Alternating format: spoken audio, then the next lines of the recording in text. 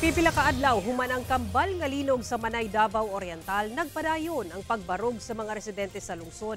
Bisan sa kadaot dala sa linog anaa ang pagtinabangay.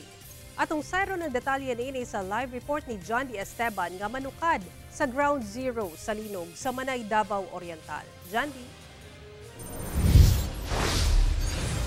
Sara sa ato ang parayon nga paglibot dinhi sa Manay, Davao Oriental, nakita gyud nato ang kadako sa danyos nga gibilin sa linog.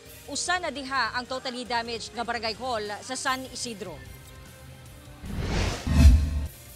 Nagpabilin ang kadaot sama sa mga gubang infrastruktura nunod sa pagtayong niadtong Biyernes sa Manay, Davao Oriental.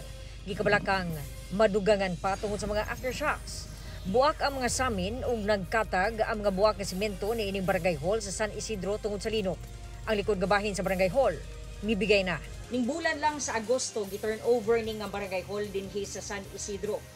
Human ang duha ka bulan dihang miigok ang kusog nga mga linog, mao na ni ang itsura. Dili na mapuslan. Problema namin, hindi namin ma-cater yung mga taong nangailangan ng yung mga credential po. Pero may naman, bumalik kami sa old namin na barangay hall. Pero pag mag-ulan yun, tulo talaga po. Parayon ang parawagan sa mga residente o pagkaon ug mainom nga tubig.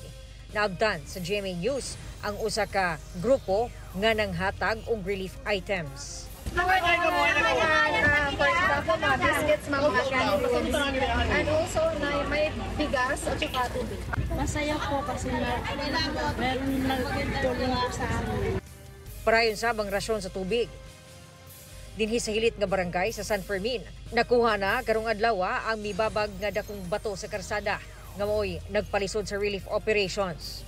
Samtang ang bagong municipal hall sa Manay nga wala pa nagamit, nagubasab.